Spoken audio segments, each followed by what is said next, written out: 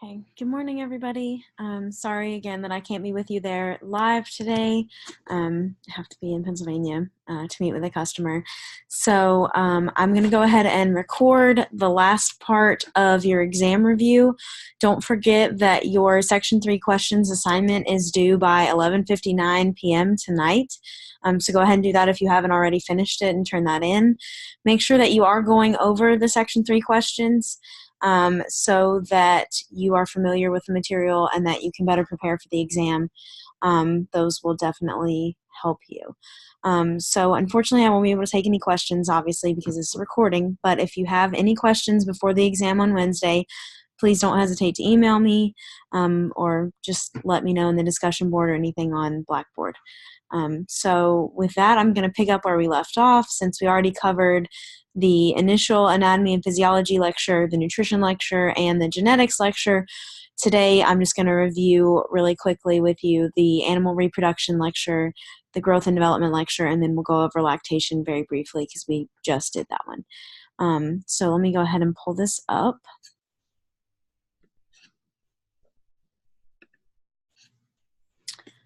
Okay. So first I'm going to start with the animal reproduction lecture and go ahead and review this. So just some overall general terminology that I'd like you to be familiar with. Gamete would be the sex cells, so that would be the sperm in the male and then the egg in the female. Gonads are organs that produce gametes, so gonads would be the testes and the ovaries. So definitely make sure that you're familiar with that definition.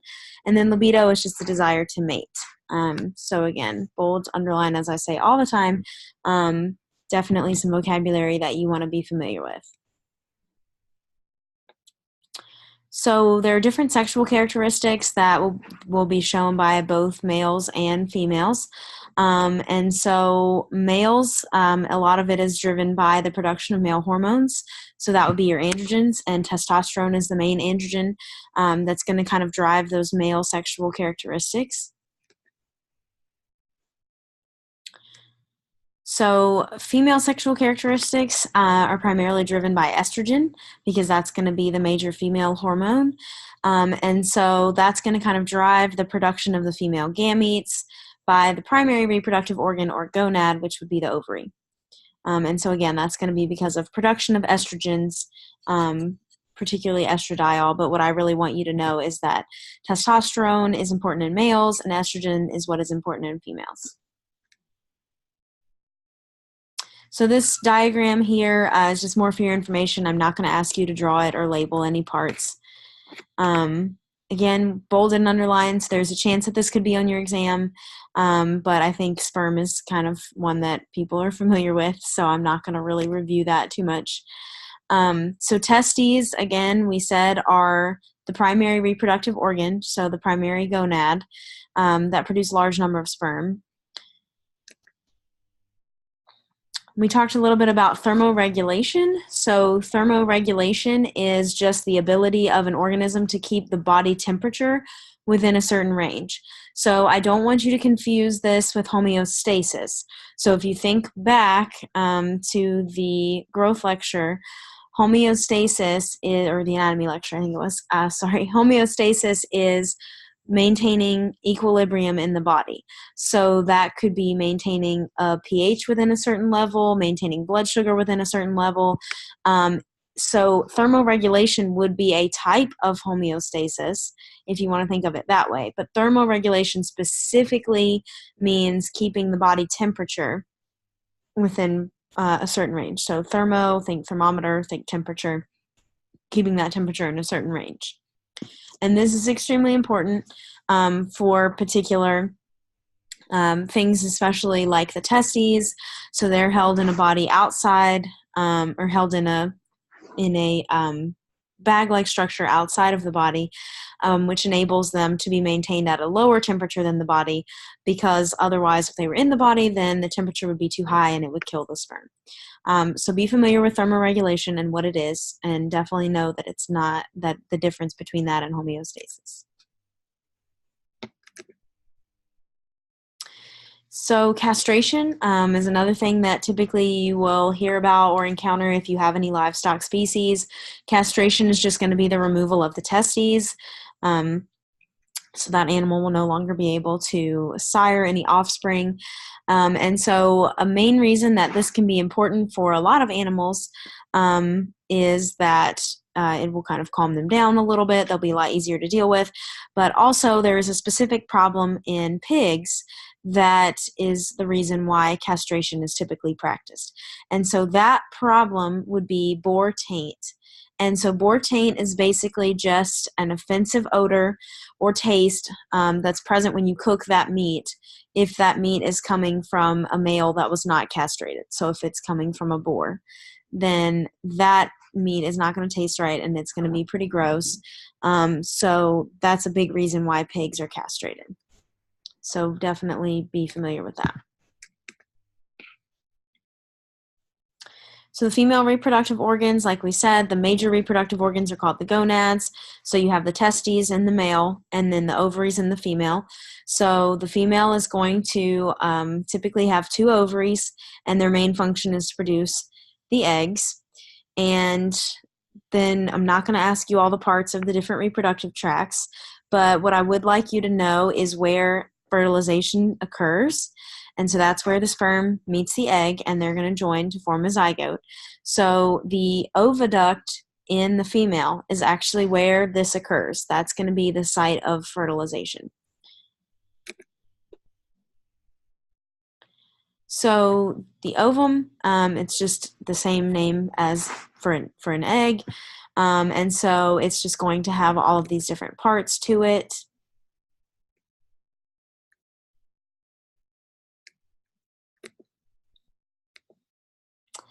So as animals or after fertilization occurs, different things are going to have to happen in order to produce that animal, for that animal to grow. And so we talked about mitosis and meiosis. And so both of them are types of cell divisions.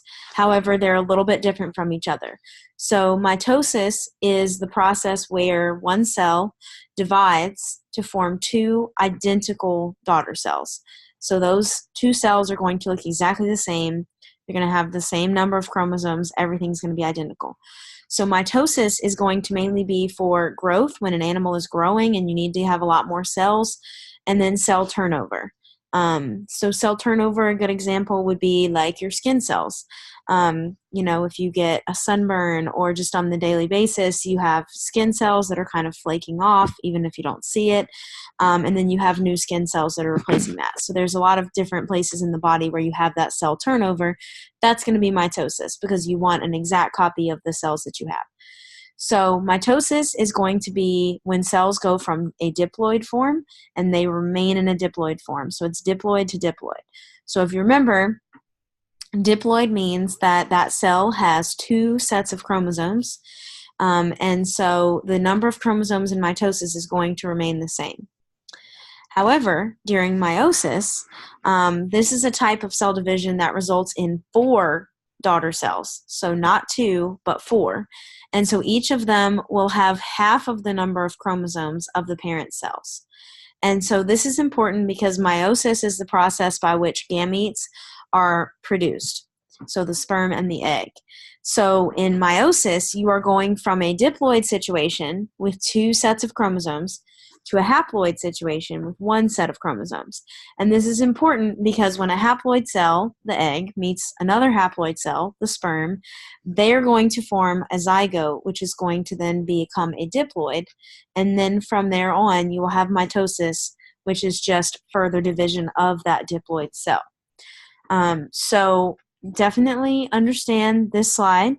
I want you to be able to tell me what mitosis and meiosis are, and I want you to be able to give me probably at least maybe 2 differences between the 2 so that I can tell that you know how they're different from each other.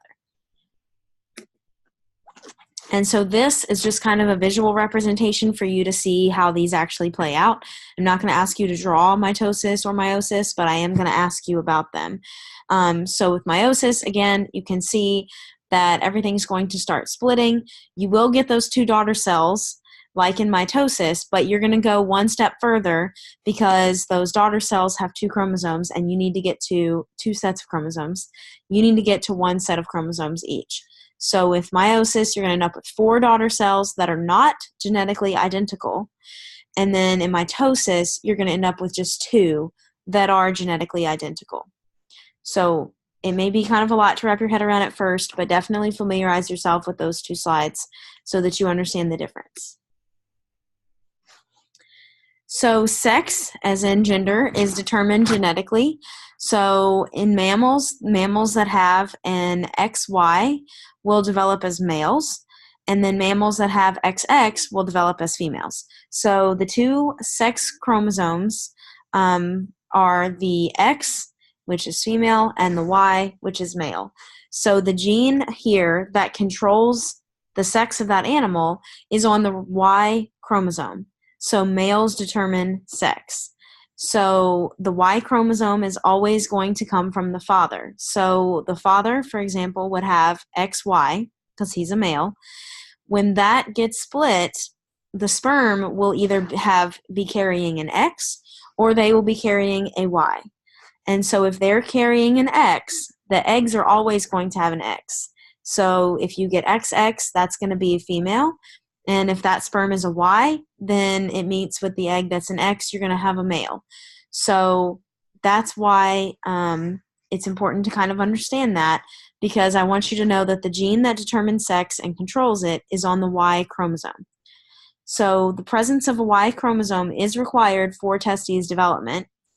And in order for ovaries to develop, you have to have an absence of a Y chromosome, because the Y chromosome is going to have a lot of genes that code for certain things, testosterone being one of them, which is going to cause the development of the testes and other male reproductive organs.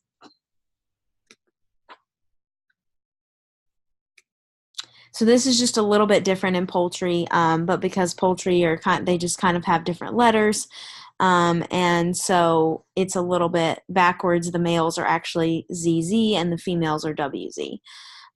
But I'm not really going to focus on that because in mammals is typically what we're going to talk about, what you're going to typically run into. So I want you to understand this slide about how sex is determined in mammals. So there are a lot of hormones that can control reproduction, and so some of them that I talked about with you briefly that you should just kind of be aware of would be your androgens, which would be the male sex hormones, and testosterone is going to be the really, really big one that I want you to know there. So testosterone would be a male sex hormone. Estrogens are going to be your female sex hormone. So they're going to be really, really important there. And then progesterone is an extremely important hormone because that is the hormone that actually maintains pregnancy. Because there are a lot of things that go into that once fertilization has occurred. And without progesterone, you're going to have abortions or things like that. So progesterone helps you maintain pregnancy. Oxytocin is the other important hormone, and that actually causes uterine contractions. So when the birthing process is about to start, you're going to have a presence of oxytocin, which is going to start those uterine contractions and also will stimulate milk letdown from the mammary glands. So definitely be familiar with this slide.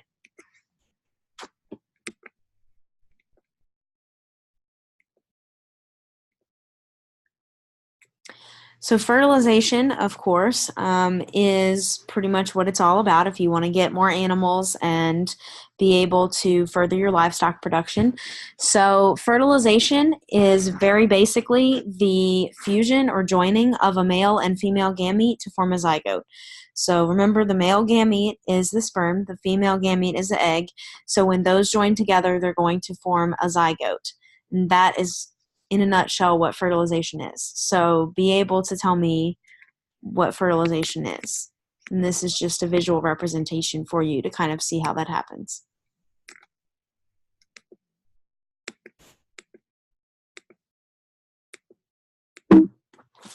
Okay, so that is the quick review of the reproduction lecture. So if you have any questions on any of this, feel free to email me. I'd be happy to answer your questions. So now we're going to review quickly the animal growth and development lecture, which we just covered not too long ago, so hopefully some of it's familiar to you. So as we talked about, growth is a complex of biological processes that will ultimately lead to a mature animal. So it's very, very important to livestock production. So we talked about the cellular basis of growth and how there are two distinct ways in which cells can grow. And we talked about these two different ways that cells can grow, being hyperplasia and hypertrophy. And if you'll remember, we talked about hyperplasia is an increase in cell number, and hypertrophy is an increase in cell size. Because again, if you think trophy, you think big trophy, you want a larger one. So trophy, I just think of as increase in size. That's kind of how I keep it straight. So I definitely want you to know the difference between hyperplasia and hypertrophy, and that one of them is an increase in cell number and one of them is an increase in cell size. So do not get those confused, because that will be an easy way that you can lose points on the test if you get those backwards. So make sure you're familiar with that. And again, you can just see this on the right, where you can see that hyperplasia is a difference in number and hypertrophy is going to be an increase in size.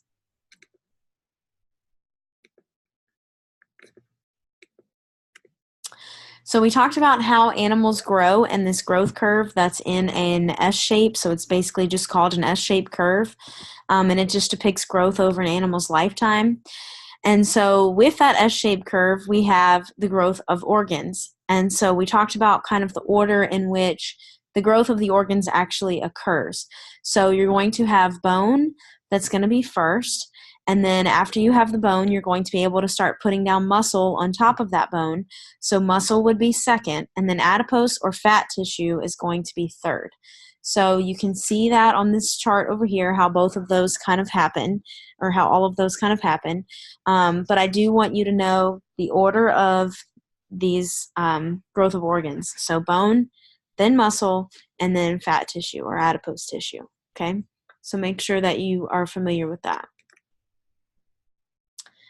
So there are several hormones that can control growth, but the main hormone that controls growth that we talked about is growth hormone. It's very, very self-explanatory. It should be the easiest question that you encounter on the exam, because growth hormone controls growth. So it's the easiest thing to remember.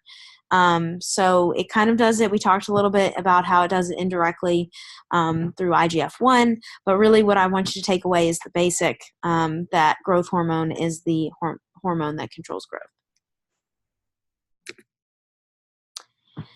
So there are also two different types of growth phases, and these are not to be confused with the types of cellular growth that can happen. So remember, the types of cellular growth would be hyperplasia and hypertrophy, and then the actual phases of growth would be prenatal and postnatal.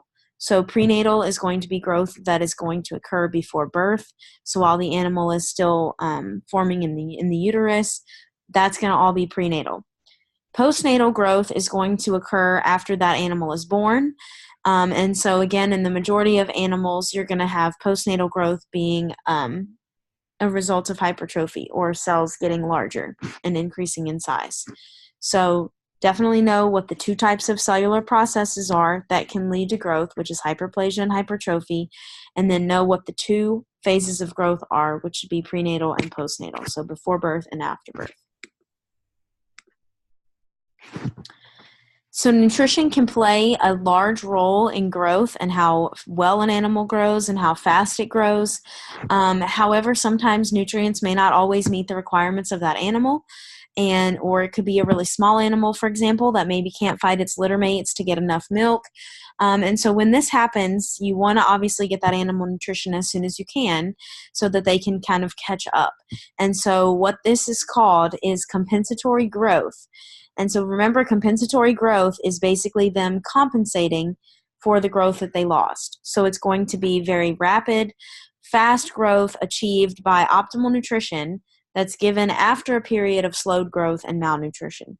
So after an animal maybe hasn't gotten adequate nutrition for a while, and its growth is kind of stunted, suddenly it does have adequate nutrition, and it's going to be able to kind of compensate for that a little bit and kind of catch up somewhat. However, they will probably most likely never catch up to their other litter mates or other animals of their age because they are going to be stunted a little bit. But again, be familiar with this term and know what it is and what it means. So we talked about stress and how stress can impact growth, and that when animals are stressed, there's a stress hormone that's produced by the brain. And so we actually talked about two stress hormones, but they're the same. They do the same thing. In people, cattle, pigs, horses, and sheep, so most animals that you would typically think of, that stress hormone is going to be cortisol. In poultry and rodents, it's going to be corticosterone, but typically when you think stress hormone, you're going to think cortisol because that's in more animals than the corticosterone. So if I ask you what is a major stress hormone in animals, namely people, cattle, pigs, horses, and sheep, I want you to tell me cortisol, okay? And then we just talked about a bunch of different abnormalities in growth that can happen. Lots of different problems there. We talked about aging and how it's especially important in companion animals. And I think that's going to be about it for the growth lecture. So make sure that you're familiar with basic vocabulary terms, basic processes, how cells grow, and then the two phases of growth. And then just some other vocabulary and things like that. And again, the order in which things occur. So bone, muscle, adipose tissue. So with that, going to actually exit that.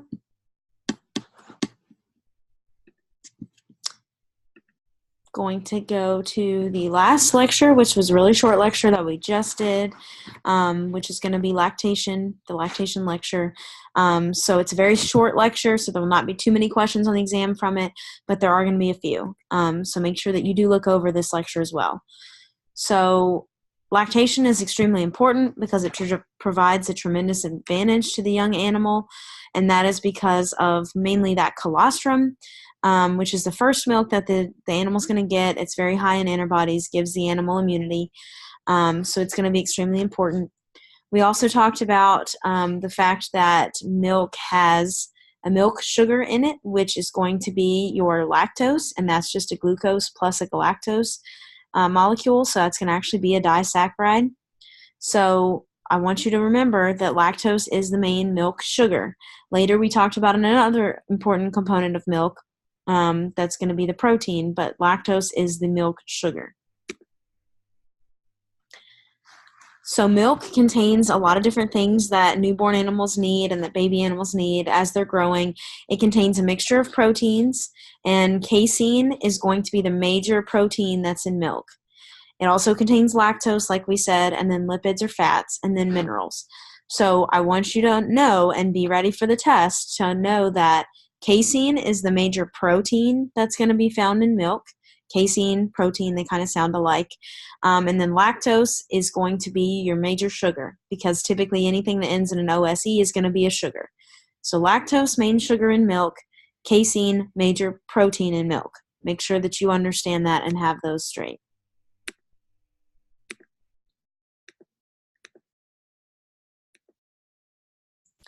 So we also talked about different things that control milk production, hormonal control of milk. Again, that oxytocin is going to be your major milk letdown hormone in mammals.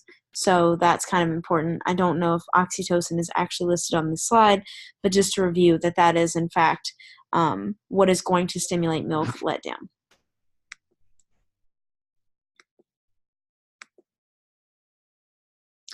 So again, it's on this slide. So oxytocin can be injected as well. It's naturally produced by the body, but it can also be injected sometimes in cattle to kind of stimulate that milk letdown if that's kind of not happening on its own.